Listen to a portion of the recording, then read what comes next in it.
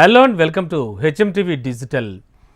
Corona పుణ్యం అంటూ చాలా వరకు కూడా ప్రపంచ సినిమా ప్రతి ప్రేక్షకుడికి చేరువైపోయిందని చెప్పాలి. అలాగే సినిమా చూసేటువంటి మాధ్యమాలు అంటే ముఖ్యంగా ఆ మీడియం ఆఫ్ ఎంటర్టైన్మెంట్ అనేది కూడా చాలా వరకు మారిపోయిందని చెప్పచ్చు.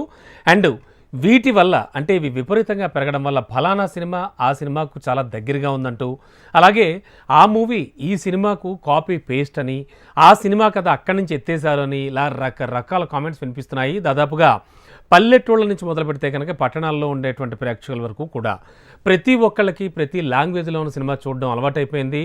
అండ్ ఆ సినిమాలకు సంబంధించి స్టోరీలు కానీ డిస్కషన్స్ కానీ అండ్ ఏదైనా ఒక చిన్న లైన్ వేరే సినిమాలోది కనిపించినా కూడా అంటే కొన్ని సూచాయిగా కొన్ని ఒకేలా ఉంటూ ఉంటాయి కదా, దాన్ని కూడా వీళ్ళంతా ఈ ప్రేక్షకులంతా కూడా ఈ సినిమా ఆ సినిమా కాపీ, అలాగే ఆ సినిమాలో బిట్టెత్తేసి ఇందులో పెట్టాడు, ఇలాంటివన్నీ కామెంట్స్ వినిపిస్తూ ఉంటాయి మనకి. మరీ ముఖ్యంగా మూవీ టీజర్ కానీ ట్రైలర్ కానీ రిలీజ్ అయిన వెంటనే కొంతమంది అయితే ప్రత్యేకమైనటువంటి వ్యక్తులు ఉంటారు సోషల్ మీడియాలో. వీళ్ళందరూ వీటి మీద స్పెషల్ ఫోకస్ పెట్టేసి ఆ మూవీ కథ అదే అని, ఆ సినిమాను మళ్ళీ తీశారని చెప్పేస్తూ ఉంటారు. ఇప్పుడు ఇలాంటి హడావుడే త్వరలో రిలీజ్ కాబోతున్నటువంటి బిగ్గెస్ట్ మూవీ షారుఖ్ ఖాన్ హీరోగా వస్తున్న జవాన్ మూవీపై జరుగుతోంది.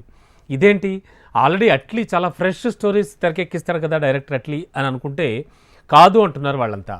డైరెక్టర్ అట్లీ అయితే మాత్రం షారుఖ్ ఖాన్ని చాలా కొత్తగా చూపించాడంటున్నారు అండ్ ఒక డిఫరెంట్ కథను తెరకెక్కించాడంటున్నారు. అయితే ఈ లీడ్ రోల్లో షారుఖ్ లీడ్ రోల్లో తెరకెక్కినటువంటి ఈ మూవీ జవాన్ మూవీ ట్రైలర్ అయితే చాలా ఇంట్రెస్టింగ్ అనిపించింది. అఫ్కోర్స్ యాక్షన్ పాళ్ళు చాలా వరకు ఎక్కువగా ఉన్నా కూడా బాద్షా ఫ్యాన్స్ని సాటిస్ఫై చేయాలంటే ఆ మాత్రం ఉండాల్సిందే అని కూడా అంటున్నారు ఆ వర్గం సోషల్ మీడియా పీపుల్.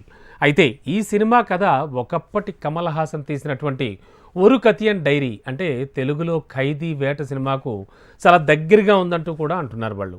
మొదటి నుంచి జవాన్పై ఈ కామెంట్స్ వస్తుంటే ట్రైలర్ చూశాక అవి ఇంకాస్త ఎక్కువైపోయాయట. జవాన్ సినిమా ట్రైలర్ ప్రకారం ఇందులో షారుఖ్ ఖాన్ డ్యూయల్ రోల్లో కనిపిస్తాడు.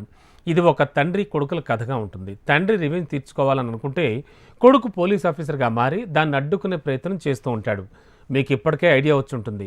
చాలా సినిమాలు ఈ లైన్తో వచ్చాయి. బట్ కథనం బాగుండి స్క్రీన్ ప్లే బాగుంటే డెఫినెట్గా హిట్ అవుతుంది, నో డౌట్. అయితే మనం ఒకసారి ఖైదీ వేట దగ్గరికి వెళ్తే కమల్ సినిమాలో తనకు అన్యాయం చేసినటువంటి వాళ్ళు అంతం చేసేలా హీరో శ్రీదేవిని కిడ్నాప్ చేస్తాడు. అయితే దాన్నే జవాన్ సినిమాలో మెట్రో ట్రైన్ హైజాక్గా మార్చేశారట.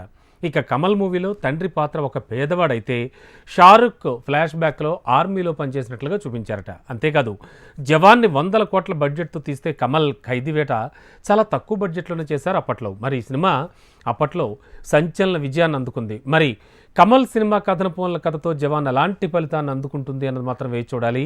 ఇది మాత్రమే కాదు, అట్లే ఇదివరకు కూడా విజయ్తో చేసిన తెరీ మూవీ విజయకాంత్ క్షత్రియుడు సినిమా నుంచి తీసుకున్నటువంటి పాయింటే అంటూ కూడా ఆడియన్స్ కనిపెట్టేశారు. సో అలా ఒకప్పటి కథను ఇప్పటి తరానికి మార్చి తీసి హిట్లు కొడుతున్నాడు అట్లీ అంటున్నారు.